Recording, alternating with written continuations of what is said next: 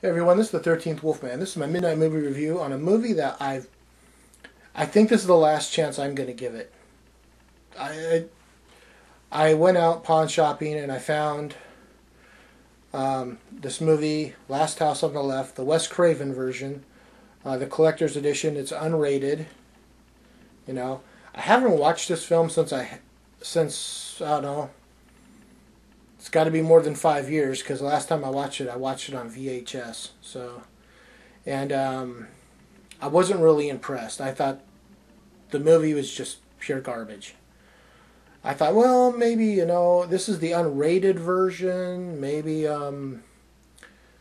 maybe the VHS copy just doesn't do it justice. Maybe I need to give it another chance. Maybe I wasn't in the right mindset. You know what? With all those factors falling into place, I watched it. I was in the right mindset. This movie, if you want to watch a good version of this movie, find a version that doesn't have the score, the music in it, because the music ruins this film. This film could be so good if it didn't have that goofy hillbilly ding ding ding ding ding ding. While the sheriff and his deputy are looking for something, you go from a serious movie to almost feel like you're watching an episode of the Andy Griffith Show.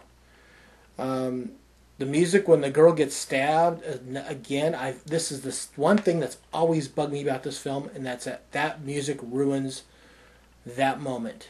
That really weird synthesizer. Someone had something to play with one day.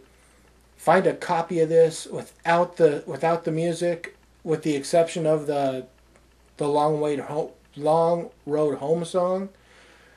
Other than that, it would probably be a great film. I just think that the music really blows all the tension. All of a sudden there's comedy and goofiness, and I don't get it. I've seen this movie now in the unrated version. I've seen it in the VHS version.